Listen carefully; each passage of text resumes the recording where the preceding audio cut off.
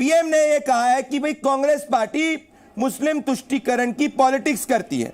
अब इसमें मुझे बताइए झूठ क्या है?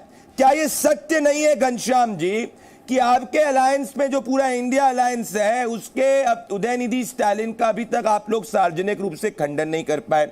कांग्रेस पार्टी के नेता की डॉटर की हत्या हो जाती है, उसका गुनहगार फयाज होता है, उसके लिए आप फांसी की सजा जो है कांग्रेस डिमांड नहीं कर रही। 4 महीने पहले सीतारमैया जी का बयान था कि मुसलमानों का इस देश के एसेट्स के ऊपर अधिकार है, उनको दिलाते रहेंगे, ये कन्नडा के अंदर बयान था। ये सब के सब तो यही बात कह रहे हैं ना घनश्याम जी कि आपको जो है वो 17% 18% वोट का 90% चाहिए, इसीलिए आप वोट बैंक पॉलिटिक्स कर रहे हैं। घनश्याम जी नमस्कार प्रदीप, आपको, दर्शकों को और को पैनलिस्ट को। 3 बातें हैं। भारत के वर्तमान प्रधानमंत्री श्री नरेंद्र मोदी जी ने एक घिनौना प्रोपेगेंडा और एक जहरीला हेट स्पीच दिया है।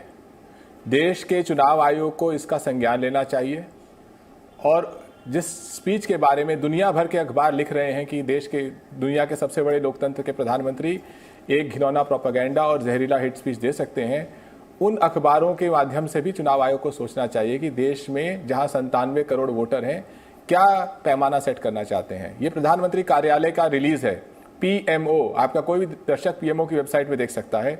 10 दिसंबर 2006 जहां पे पूर्व प्रधानमंत्री डॉक्टर मनमोहन सिंह की बात स्पष्ट लिखी हुई है कि first claim on resources refer to all the priority areas listed above, including programs for the upliftment of SCs, STs, OBCs, women, children and minorities। मैं मानता हूं कि ये इस चीज के ऊपर मतभेद हो सकता है कि प्रधानमंत्री की डिग्री असली है या नकली है, लेकिन इस पे कोई मतभेद नहीं है कि प्रधानमंत्री जी अपने कार्यालय के ही इस प्रेस रिलीज को नहीं पढ़ सकते हैं। अगर ये पढ़ते हुए भी उन्होंने ये झूठ बोला तो यानी कि उन्होंने घिनौना प्रोपेगेंडा किया। और ये घिनौना प्रोपेगेंडा क्यों किया? क्योंकि देश की जनता जागरूक है, वो जानती है कि बेरोजगारी इस चुनाव का मुद्दा है, महंगाई इस चुनाव का मुद्दा है, इलेक्टोरल बॉन्ड चंदा लो धंधा दो का मॉडल इस चुनाव का मुद्दा है। और इसीलिए प्रधानमंत्री पीड़ित हो गए हैं, घबरा गए हैं। वो चाहते हैं कि किसी तरीके से इस चुनाव को हिंदू मुस्लिम में घसीट दिया जाए। अगर जिन बातों को प्रधानमंत्री कह रहे हैं इतने ही महत्वपूर्ण हैं तो ये भारतीय जनता पार्टी के झूठ के पुलिंदे घोषणा पत्र में होता, लेकिन ये नहीं है। भारतीय जनता पार्टी ये झूठ तो लिख सकती है कि 44 करोड़ मुद्रा लोन देकर के उन्होंने 44 करोड़ युवाओं को रोजगार दिया, या अभी प्रेम शुक्ला बताएंगे 13 करोड़ और उसके ऊपर ईपीएफओ जुड़ गए, 57 करोड़ हो गए, जितने लोग नहीं है उनको रोजगार दे दिया। इस तरह के झूठ अपने घोषणा पत्र में लिख सकते हैं घनश्याम जी, लेकिन जिन मुद्दों को प्रधानमंत्री सार्वजनिक कर रहे हैं उनको क्यों नहीं घोषणा पत्र? घनश्याम जी, मैंने आपको अनइंटरप्टेड आपको मैंने सुना और मैंने बहुत समय दिया। ये बात मेरे लिए बीजेपी कांग्रेस की नहीं है प्रेम शुक्ला जी, मेरे लिए बात देश की है। और मैं कहना चाहता हूं उस वक्त रंगनाथ मिश्रा कमेटी रिपोर्ट भी आई थी घनश्याम जी, और उस रिपोर्ट के अंदर कहा गया था, जाके आप भी थोड़ा सा एक बार पढ़िएगा। उस रिपोर्ट के अंदर प्रेम शुक्ला जी कहा गया था कि ओबीसी का जो रिजर्वेशन है उसमें 6% रिजर्वेशन मुसलमानों को देना चाहिए, जो शेड्यूल कास्ट का रिजर्वेशन है उसके अंदर भी मुसलमानों को उस एम्बिट के अंदर लाना चाहिए, और 15% जो रिजर्वेशन सरकारी नौकरी के अंदर है यह सिफारिश की गई थी कि उसमें भी मुसलमानों को देना चाहिए। और अगर वो कांग्रेस की मंशा नहीं होती तो 2011 में फिर इस प्रयास को किया गया था। यह बात है सत्य। तो मैं पूछ रहा हूं क्या प्रेम शुक्ला जी आदत तुष्टीकरण की है? बाकी जवाब आप देंगे घनश्याम जी की बात का। घनश्याम जी आऊंगा मैं। प्रेम शुक्ला जी देखिए, घनश्याम तिवारी जी जो है झूठ लंपट मक्कारी के प्रतीक चिन्ह है। इन्होंने 10 दिसंबर 2006 की प्रेस रिलीज का तो जिक्र किया, लेकिन 9 दिसंबर 2006 की पीएमओ की वेबसाइट पर डॉक्टर मनमोहन सिंह जी का जो वक्तव्य है जिसमें वो कहते हैं इस देश के संसाधनों पर पहला अधिकार अल्पसंख्यकों यानी मुसलमानों का है, उसको जो है बिसार गए।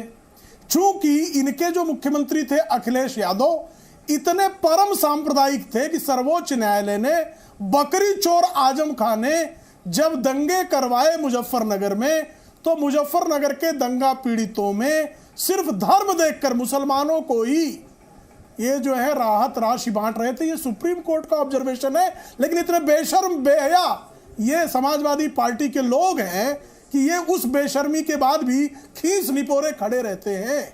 इनकी ये दशा है, इनकी ये दशा है कि सुप्रीम कोर्ट ने बाकायदा इनको जो है फटकार लगाया कि जब इनके बकरी चोर आजम खां बुलंदशहर में बलात्कार की घटना को भी झुठला रहे थे, उस पर भी इनको जो है सुप्रीम कोर्ट ने फटकार लगाई थी। और इतने घोर सांप्रदायिक हैं, सांप्रदायिक भी मजहबवादी हैं कि ये राम जन्मभूमि पर हमला करने वाले आतंकवादी चूंकि मुसलमान थे, चूंकि मुस्लिम तुष्टीकरण ही समाजवादी पार्टी का धंधा है, इसलिए समाजवादी पार्टी की सरकार ने, अखिलेश यादव ने आतंकवादियों के वोट पाने के लिए, उस समुदाय विशेष का वोट पाने के लिए आतंकवादियों को भी रिहा कर दिया। कालांतर में उसको ट्रायल कोर्ट ने मृत्यु दंड की सजा दी। तो आप समझ सकते हैं कि विकृत घोर सांप्रदायिक बेशर्म बेहया मक्कार कौन है। इसको आप बहुत गंभीर है। घनेंद्र भारद्वाज जी, मोदी जी ने कहा, आऊंगा घनश्याम जी, मेरे को आपके जो कहा है शुक्ला जी गलत है भाई,